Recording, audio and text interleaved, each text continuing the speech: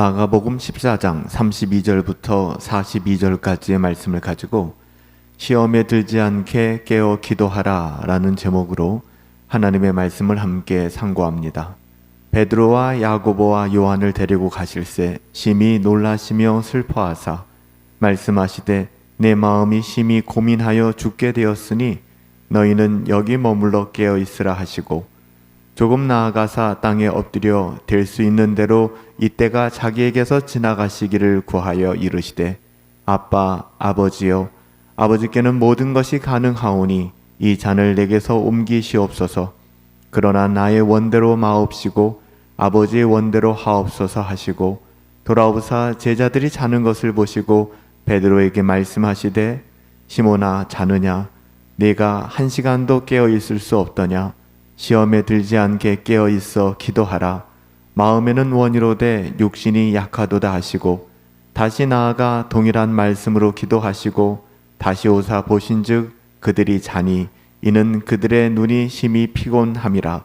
그들이 예수께 무엇으로 대답할 줄을 알지 못하더라.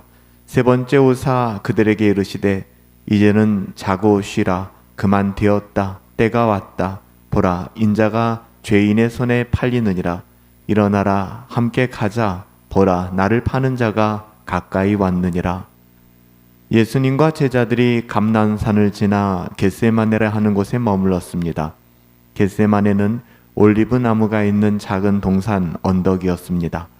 예수님께서는 그곳에 자주 가셨습니다.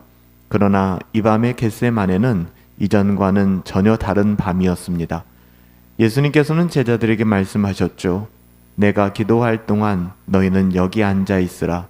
그리고 베드로와 야고보와 요한을 따로 데려가셨습니다. 본문에는 그때 예수님의 상태를 이렇게 표현하죠. 심히 놀라시며 슬퍼하사.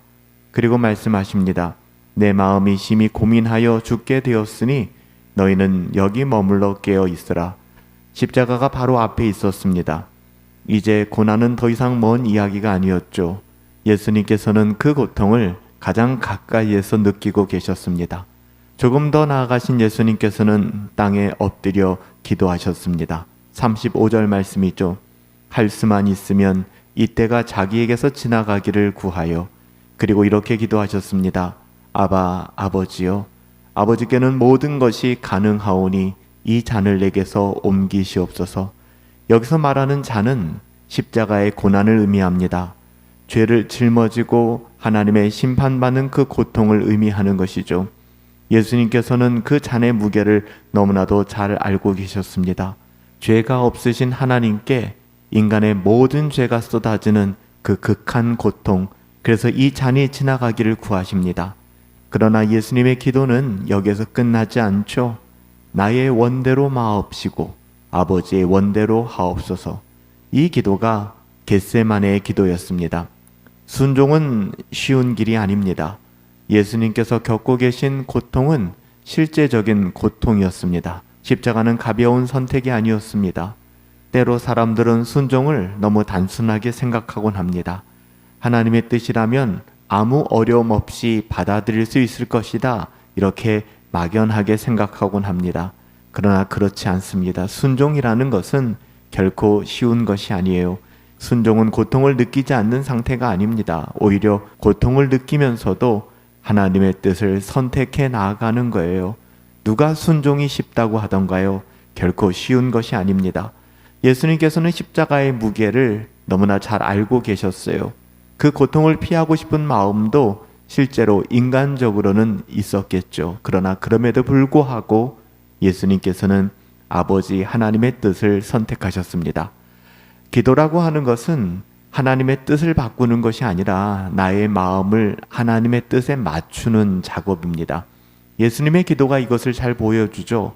처음에는 이 잔을 옮기시옵소서라는 간구로 시작되었지만 그러나 기도의 끝자락에서는 아버지의 뜻대로 되기를 원합니다 라는 고백으로 마무리하고 있습니다. 기도는 언제나 하나님의 뜻을 바꾸는 과정이 아니에요. 결코 그렇지 않습니다. 우리의 마음을 하나님의 뜻에 맞추어 가는 과정이죠. 우리가 기도를 통하여 우리의 생각을 정리하게 됩니다. 하나님의 뜻에 맞추어 기도하게 되는 것이죠.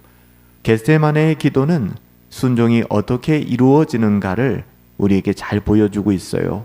순종은 기도 속에서, 경건의 훈련 속에서 이루어지게 되는 것입니다. 깨어있음은 기도로 시작됩니다. 어떻게 깨어있을까? 기도해야 한다는 것이죠. 예수님께서는 제자들에게 깨어있으라 말씀하셨습니다. 그러나 돌아와 보시니 그들은 잠들어 있었습니다. 베드로에게 말씀하십니다. 시몬아, 자느냐? 내가 1시간도 깨어있을 수 없더냐?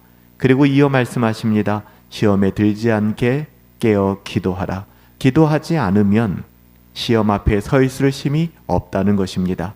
기도하지 않으면 시험에 들게 된다는 거예요. 우리가 시험에 드는 이유는 환경과 상황 때문이 아닙니다. 기도하지 않기 때문이죠. 제자들은 조금 전까지만 해도 주를 버리지 않겠나이다 앞다투어 이야기했지만 그러나 기도하지는 않았습니다.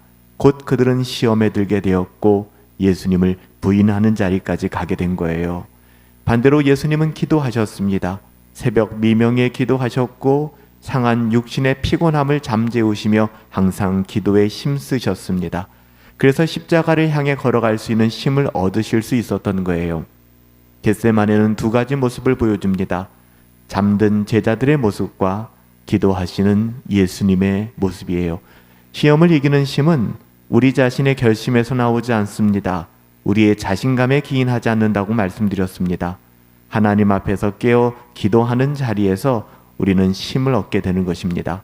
그래서 겟세마네의 기도는 우리에게 기도가 왜 중요한지, 왜 기도해야 하는지를 잘 가르쳐주고 있는 것입니다. 우리는 시험 앞에서 무엇으로 서 있으려 합니까? 무엇을 의지합니까? 우리 자신의 자신감과 결심, 의지? 아니요. 이것은 아무 소용이 없습니다. 하나님 앞에서 기도하는 자리에 서 있어야 합니다. 기도할 때 우리는 시험에 들지 않을 것이고 기도할 때 시험을 이길 힘을 얻게 될 것입니다. 살아계신 아버지 하나님, 연약하여 쉽게 잠들고 시험 앞에서 무너지는 우리들을 불쌍히 여겨 주옵소서. 겟세마네에서 기도하신 예수님을 바라보며 우리의 마음도 하나님께 맞추어지게 하시고 시험의 때에 넘어지지 않도록 기도의 자리를 지켜나가게 하옵소서. 우리의 뜻이 아니라 아버지의 뜻을 구하며 순종하는 삶을 살아가게 하옵소서. 존귀하신 예수님의 이름으로 기도하옵나이다. 아멘.